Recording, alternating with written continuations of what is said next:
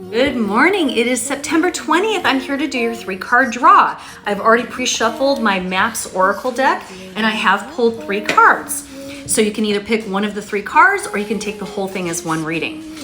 Very interesting that one of the cards has the number 33, which is my special number, but then the other card is 31 and the other card is 2, which equals 33. Threes are about creation and expansion, so I feel like that's what this is going to tell us. Starting out with the first card, it is the number 2, Gentle Gardener. This is all about nurturing potential, knowing that you've got some good ideas. See those little eggs and all those little fairies popping out of there? And you also have a spirit guide looking out over you.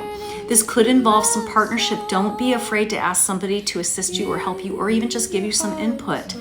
But it isn't something that has to be forced. It will flow naturally. Next, we got the 33 energy. Again, double threes, big time expansion and creation, peaks of joy. This is the time to allow yourself to have some fun and happiness, and don't sit there and try to overanalyze it. Okay, run with it. When you see something that attracts you, makes you smile, makes you feel a certain way that is unusual, explore that and you will find those peaks of joy. And take that leap of faith, right?